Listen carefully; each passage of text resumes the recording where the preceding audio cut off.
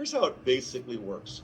You're going to have to choose your large language model, and you don't have to choose just one. For different tasks, you might choose different ones.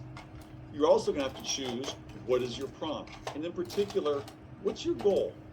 What are you trying to get out of the large language model? If you can be specific and clear about your goal, you'll get much, much better value out of your exchanges with your large language model.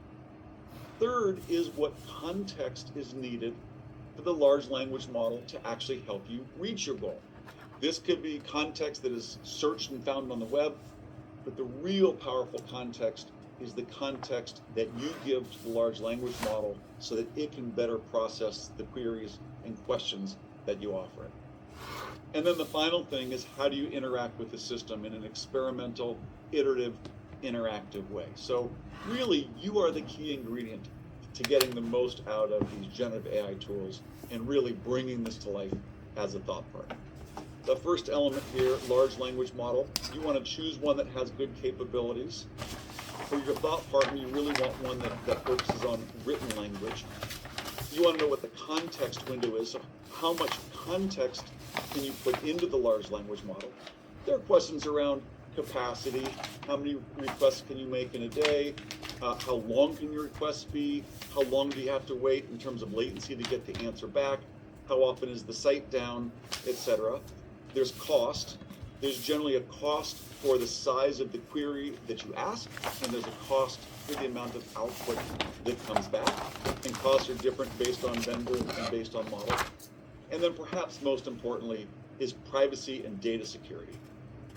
What we do at Coursera is we run everything through Azure or other notable web providers like AWS and Google. But basically, we try to choose models that are hosted on systems that are GDPR compliant. That's the way we set up our system, and I'll talk a little bit more about that. The second element is the prompt. Number one, you want to be really clear about your goal and the role that you're asking the LLM to play, the large language model to play. Ideally, you'll be as specific and clear as possible. We'll go through a number of examples on this. And there is an art to crafting the right kind of prompt structure, and we'll talk a lot about that too as we go through these examples. The third key element is the context. So large language models are good at general conceptual tasks and ideas, but adding context can make the responses much better. Our founder, Andrew Ng, likes to say that you should think of a large language model now in 2023 as like a college graduate who doesn't know anything about you and doesn't know anything about your business. What context would you need to give them for a certain question that you're asking in order to expect a good response? In this way, large context windows, if you could put a lot of context into a large language model when you ask a question, you can get much more valuable answers. And so I found that one of the most valuable innovations is how big these context windows are becoming. And especially when you have non-public information, whether that's your corporate strategy or even an idea that you have about a new product feature, it's not going to be trained in the LLM. It's in your head or in your corporate servers. And so having a lot of control over what context that you give the LLM to give you the best response is a big part of the art of using generative AI as a thought partner. The fourth element is how you interact with this. So Socrates was right. We sharpen our thinking in dialogue. So you want to interact with these tools. You want to challenge and iterate on your point of view. You want to ask the model to challenge your point of view. And then you also want to make sure that you understand the model limitations and biases. So you really want to look critically at what comes out of these models. Which brings me to the final element, which is you. Never before has it been more important to have critical thinking on your side. You're going to get way more value out of these models if you think critically about how you're using them and interpreting what's coming out so that we can now operate on it. Now that it knows about the 5-year strategic vision, I can do a lot of interesting stuff with it. Here's a prompt where I say, I'm going to be meeting with the rector of HookMM, summarize the vision in 5 bullet points with the goal of helping me be well informed when meeting with the rector. The large language model didn't know anything about the vision until I loaded it, but here It's reading it in Spanish, it's translating it into English, and it's really hitting the 5 highlights or the summary of the strategic vision. So now I know they're focused on excellence in higher education, humanistic Christian approach, sustainable development, transformative and integral education, and innovation and global impact. Those are the core tenets of the 5-year vision.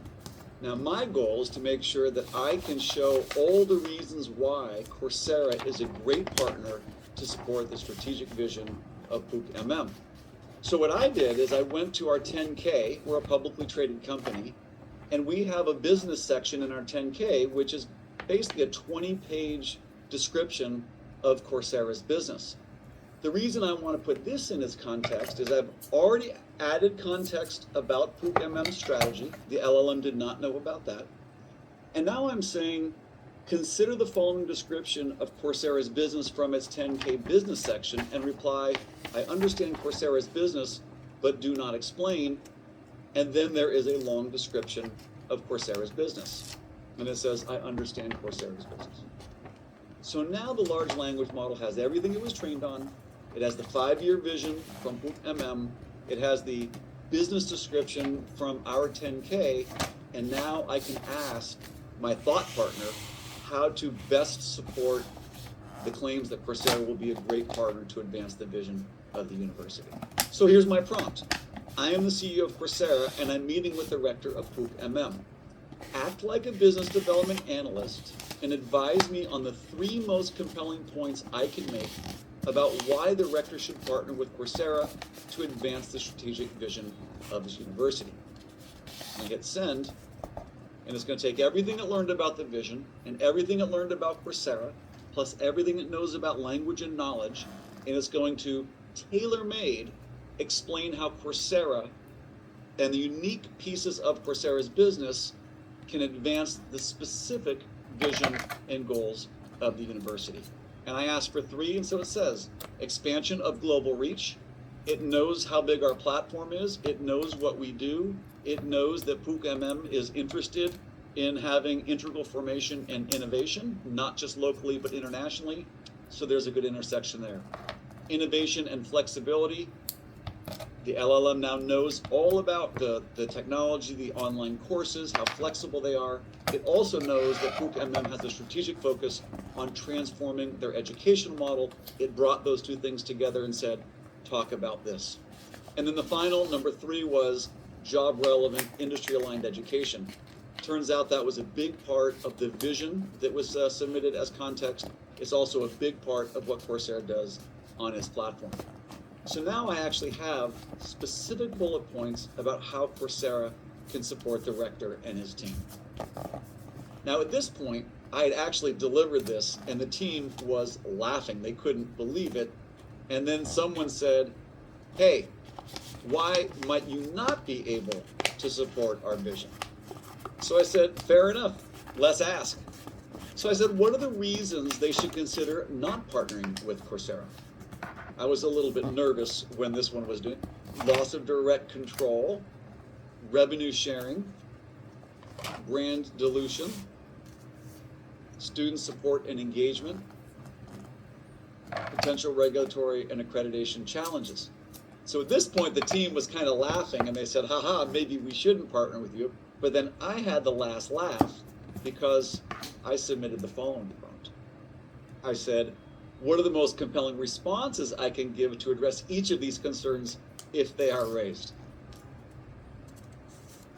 So now it goes point by point. It says, well, if they're worried about loss of control, you could talk about the fact that your courses and the other institutions you work with give them considerable flexibility in designing and delivering courses. If they're worried about revenue sharing, it gives a speaking point on that. If they're worried about brand dilution, say that it actually enhances their brand by associating it with globally recognized platform for online learning. It has a response to the student support. It has a response to potential regulatory and accreditation challenges. You can read these. They're really quite compelling. And then just for fun, I said, please deliver that reply in Spanish. You know, it's interesting. These LLMs are getting increasingly multilingual, and so you can put inputs in multiple languages. you can get outputs in multiple languages. I can tell you, when I translated my responses to the objections into Spanish, they just got a big kick out of it. They got a big kick out of it. So that's a little bit of the power of what you can do when you can put this kind of context in and then direct the LLM to do what you want with the context that you fed it. So that's basically how context enhanced mode works. First, you put in the context about strategic vision, about Coursera's business, and then you can ask it to summarize things, or you can ask it to make the most compelling points about how we can advance that vision. You get the response, and then you can iterate on that, and you can say, all right, if that's the response, here's another prompt. Basically, this is a way to have far more tailored and accurate responses, especially with non-public or private information that might not be in the LLM. So that's a basic wrap on the basic query mode and the context enhanced mode. And in the next video, we're going to talk about how to use the most powerful version of LLMs, which is what I call thought partner mode.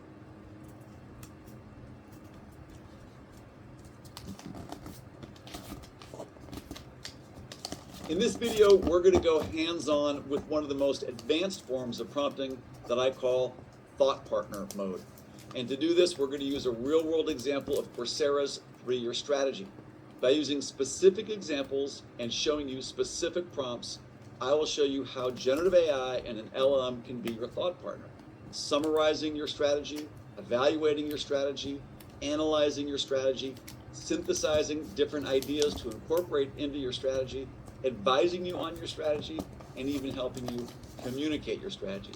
By the end of this session, you'll be all skilled up and ready to use generative AI in order to help you build a generative AI strategy for your business. Generative AI can be your thought partner. It can take one of your ideas or a strategic point of view, and it can summarize it, generate new things, explain things, analyze ideas, evaluate ideas, compare ideas, synthesize, advise, and even communicate ideas. And in order to do this, we need to do prompting, as you could have guessed. First, you're going to put in a lot of context, and then we're going to use prompts.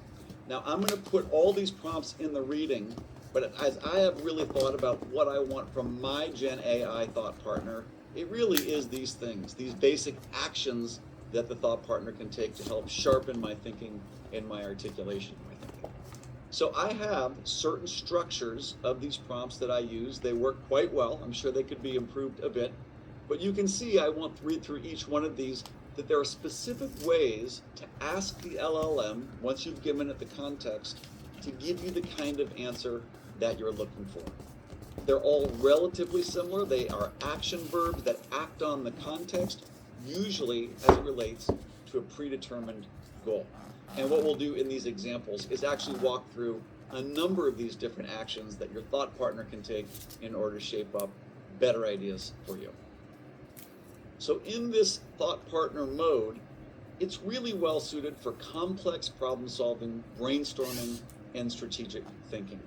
And what makes this mode special, in my opinion, is that it starts with a certain kind of context, which is your point of view or an idea that you have. So you don't start with just information from somebody else. You come up with something in your mind or a point of view that you have about the business. Then you take that point of view, you put it into the context, feed that into the LLM, and now you're asking your thought partner, the LLM, to work on, improve, challenge, iterate your point of view. So there are a number of different things that we can do, but let's go hands-on for a moment, and I'll show you an example of how we can do a prompt that allows you to summarize a certain point of view. In this case, the point of view is going to be the Coursera 3-year strategy. Let's take a look. So here we are back in Playground with our GPT-4 and 25,000 word context window. And what I'm going to do is I'm going to insert my point of view, which is the Coursera 3-year strategy. So I'll just pop that in here. Now I'm not going to show you all of what the strategy is, but you can just take a look at the prompt here. Consider the following Coursera 3-year strategy and reply, I understand Coursera's 3-year strategy but do not explain. So now it's going to feed in. It says, I understand Coursera's 3-year strategy. Now, of course, this strategy is not on the internet. This is a point of view that's internal to the company, and now we're going to start operating them. The first action that we'll take on this is to do a summary. But we won't do just a regular summary. I'd like to do a summary with a special look towards generative AI and the degree to which generative AI is incorporated in the Coursera strategy. So the prompt says, summarize the key points of Coursera's 3-year strategy, focusing on key aspects and implications of how generative AI is integrated into it.